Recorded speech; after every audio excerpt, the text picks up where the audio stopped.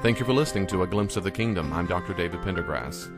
In this podcast, I want to play for you a recording of a discipleship lesson I gave for the people at First Methodist Church, Houston. I hope you enjoy. Hey, disciple, let's look at a very important event in the life of Jesus. We're going to turn to Mark chapter 14. Mark 14, and we're going to look at the final meal, betrayal and meal of Jesus. In Mark chapter 14.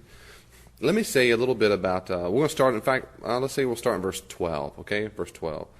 And on the first day of unleavened bread, when they sacrificed the Passover lamb, or when the lamb was killed, his disciples said to him, "Where will you have us go and prepare for us to eat Passover?" and so forth. And they send his disciples on. He finds the room. He goes and prepares for it. Let me say a little about this concept of Passover and unleavened bread, these festivals that they're having.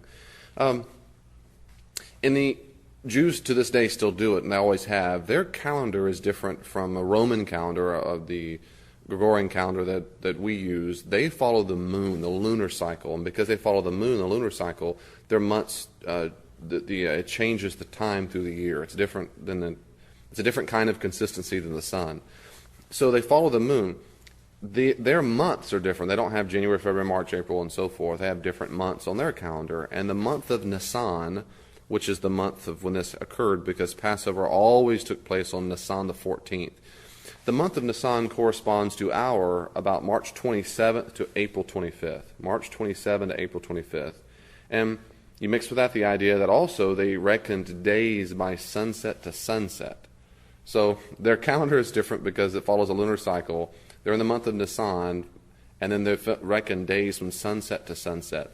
That causes a lot of confusion for people. I've noticed over the years, and for me too, when they say on that day or on the next day or on the third day, you have to keep thinking like they do, which is not from midnight to midnight or 12:01 to 12:01 and whatever.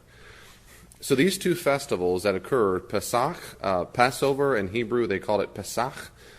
Sometimes it came through the Greek as Pascha. Sometimes you'll hear the expression the Paschal Lamb. Pascha means that the lamb that was crucified, the lamb that was killed, sacrificed for Pesach, for Passover.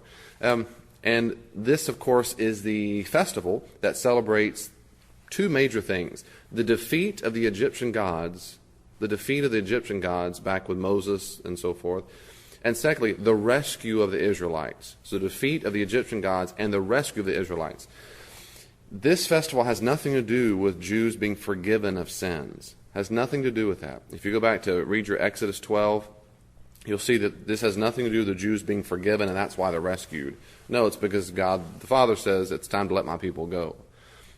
Let me say a quick word about what I just said. Since Pesach, or Passover, is not about forgiveness of sins, it's very important to understand that when Jews sacrificed animals, sacrificial animals did not always equate with forgiveness of sins, or we might say atoning. Not every sacrifice was atoning. Jews could sacrifice animals for a number of reasons, and they were all very significant and important reasons. The blood inside of an animal represented life. If you go to Leviticus 17, it talks about that. It represented life. And that life represented something sacred and holy, and the whole person was being represented. So you could have sacrifice, you could have grain offerings, wine offerings, you could do burnt offerings, all kinds. If you wanted to get forgiveness of sins, there were particular sacrifices done for that. But you could have many sacrifices for other things. That matters because I have found it to be true in my life for a long time, and certainly in still church life, that people think when you say the word sacrifice, it assumes forgiveness. And that's just not true. It's just not true. Here, a Paschal lamb, usually about 1-year-old lamb, was killed or sacrificed, usually at the temple if you were nearby. If you weren't near the temple, you sacrificed it in your home if you were outside of Jerusalem. But usually if you were near Jerusalem, here that's what would have happened. You sacrificed your lamb on Nisan the 14th. And then that was on the 14th, and by the sun would set that night, so we would call that the same day, but by night, if you're a Jew, you've now changed days to Nisan the 15th. And that's exactly what the disciples do. In verse 17, it says, when evening he came with the 12. So they have the sacrificial lamb, and then when the evening came that night, they go to eat their meal. The other feast it talks about here in verse 12 is the unleavened bread. That is a festival that celebrates how quickly the Jews left Egypt. They were in a hurry, and their bread was unleavened. Hence the matzo bread, they still use it. It's real flat. The idea is we're in such a hurry, we don't have time to allow our bread to rise. Well, it's kind of tricky because the festival of unleavened bread started on Nisan the 15th. So Passover, the Pesach, is on the 14th. The next festival starts that night. So the festivals are back to back. They're just back to back. It's kind of like saying Christmas and Epiphany are back to back or whatever. Well, because they're so close together and because they celebrate similar things, that is the Pesach, Passover, leaving Egypt, and then being in a hurry, the Feast of Unleavened Bread, there's similar themes and they're back to back. So what happened by the time of Jesus is these festivals got kind of blended together. So people from all over, if they could make it, they would travel into Jerusalem and stay a while. They might come in early and do purification rites, do baptisms, and the mikvah bath pools. They have family reunions, have fun and parties and so forth, and they would hang around for the festival. They do that for a couple weeks and they would go home. And that's what's going on here. Then something very dark happens. Now, if you go up above in verse 10 through 11, and we notice that Judas Iscariot, who's one of the 12, he goes to one of the chief priests, and they promise to give him money if he were to betray Jesus. In verse 18, Jesus says that while they were eating at the table, he says, "Truly I say to you, one of you will betray me. One of you is eating with me." They began to be sorrowful. And the Greek word there, it's greatly sad, greatly saddened. See, this solemn, a celebrative event of Pesach, Passover, it's celebrating, it's rescue, and they celebrate it every single year, remind them that God rescued them, and it gives them hope that we're going to be rescued again out of this kind of exile we're in now, in the Roman occupation. We're going to be freed, yay. Then Jesus, in this celebration moment, says, "One of you here is going to betray me." And they get very, very sad about that fact. And then in verse 19, your translation might say something, "And they said to him one after another, 'Is it I?'" That's really not a good translation. The Greek really is, mitiego means, "It's not I, not I." So the disciples are being declarative. They're saying, "Nuh-uh. It's not I. I'm not doing it. I'm not the one betraying you." And this goes on for so long, of course. Jesus has to make very clear, "I'm telling you, the one," verse 20, "the one who's dipping his bread with me." In other words, they're all in denial. Now later on, Jesus will say, "You will all leave me," and they do all leave, but only one betrays. Now what exactly is the betrayal? Well, remember, if Jerusalem is maybe up to about 10 times its normal influx of people, the betrayal of Judas is that he takes the Jerusalem temple police right to where Jesus is, in this massive flood of people. Jesus and his disciples probably, this is very common, they actually slept like in their hotels or their tents or whatever outside of Jerusalem because it was so full, like at Bethany and Bethphage and so forth. So he probably, what the betrayal was, is that he took them straight to where Jesus was at night in secret amongst all the people. Why at night? Why in secret? Because they knew that Jesus had a following and it could cause a big scene. So that's the betrayal. Jesus then, of course, gives a typical woe. Woe to the one who betrays the Son of Man. That's what all prophets did in the ancient world. The prophets gave woes. It's a way of judgment. It's not saying, "Now I have now condemned you." It's just a typical way to say that you're going to be judged, and this is not good for you at all. We see it through all the prophets. Then verse 22, we know that he's eating. Now, there are a few comments here about this. He takes the bread, of course, and we know the wine, the typical things we hear, if you're at church, at least typical. Mark presents this Last Supper, this last meal of Jesus, in a particular way.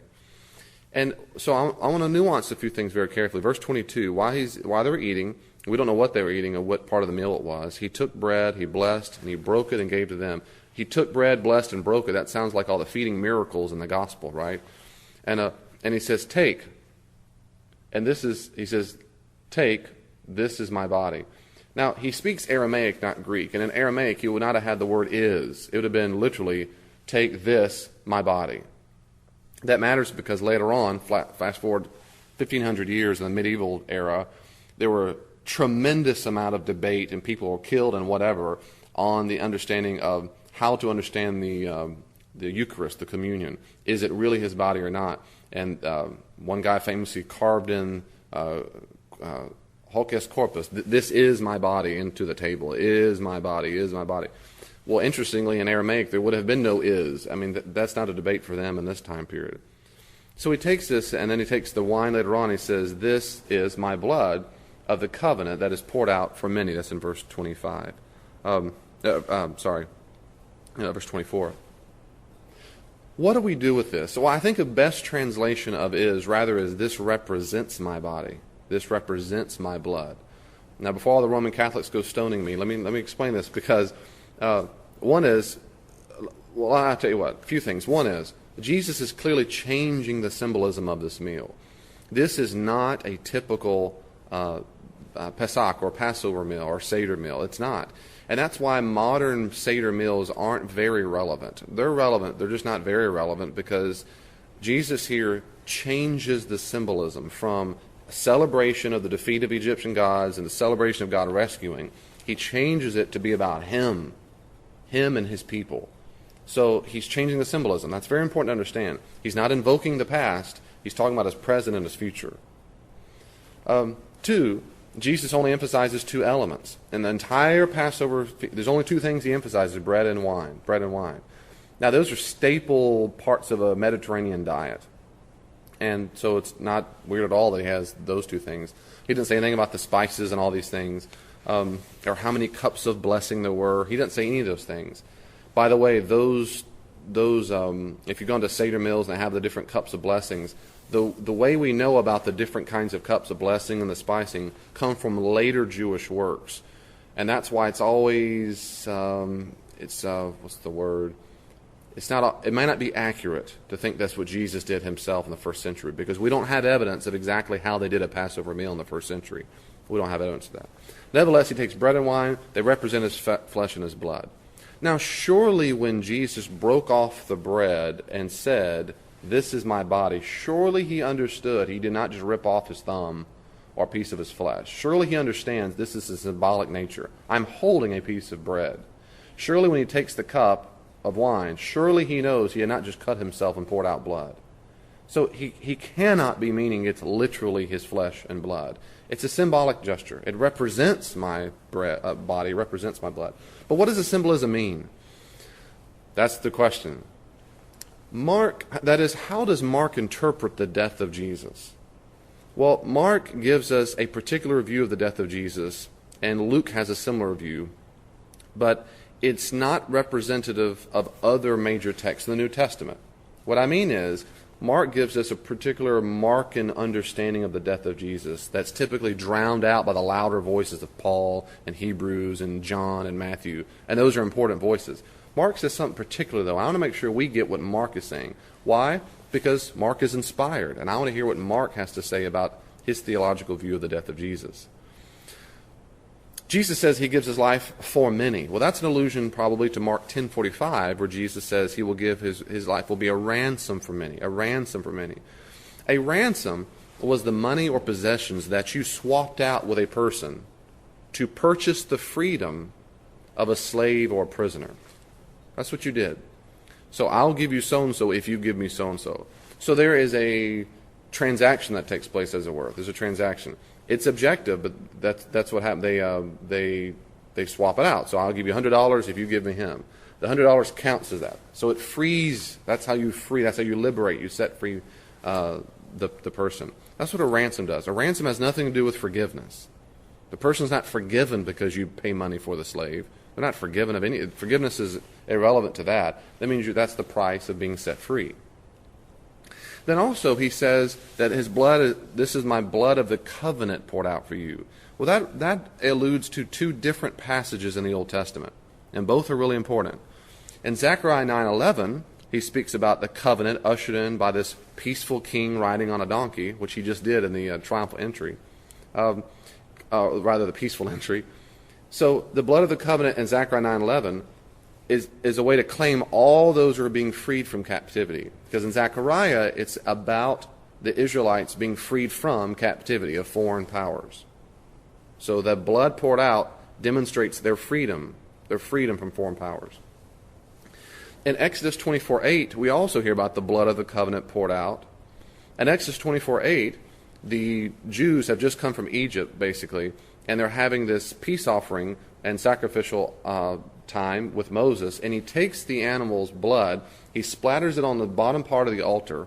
He splatters on the bottom of the altar, which sanctifies it, makes it sacred, and then he takes some of that same blood and he sprays it, he flings it on the Israelites. Now, if you're like me, that sounds pretty bizarre and primitive. You get the blood and you're spraying people on it. It sounds like a horror movie. But for them, it's very significant because the blood represents the life of the person. And by doing this, by marking out the Israelites and marking the altar, it demonstrates that they are being marked as God's property. See, there was a time, I love one of my former professors, Sharon Dowd, said this. At one time, they were pharaohs. They were marked by Pharaoh. Now they're marked by God. Therefore, if you take these three references, and there's only three here, that allusions, we see that in Mark, and by the way, and Luke too, but in Mark, Jesus' death is not associated with forgiving sins. In Mark, Jesus' death serves as a ransom. It serves as a ransom, setting all of his disciples free, probably from the kingdom of evil. It sets them free. It liberates them from the kingdom and powers of darkness and evil. 2, it marks them. It marks his disciples as those who have been set free and have a covenant with the Father through Jesus. It reminds us of the religious tattooing in the ancient world. They got religious tattoos all the time. Zeus, Asclepius, whatever. It's referenced in Revelation. The mark of the beast is really a religious tattoo. To whom do you belong? If you went to Ash Wednesday, if you went to a ceremony, you got a cross put on your forehead. I did it here at West Chase, and I marked people with the cross. I marked people, and I was marked as God's people. And that's what this blood poured out means. A covenant is being formed. A covenant is being formed. That means I will do it for many. I will be served as a ransom, and I am marking my people as new disciples in this brand new Exodus who are being set free from the powers of evil.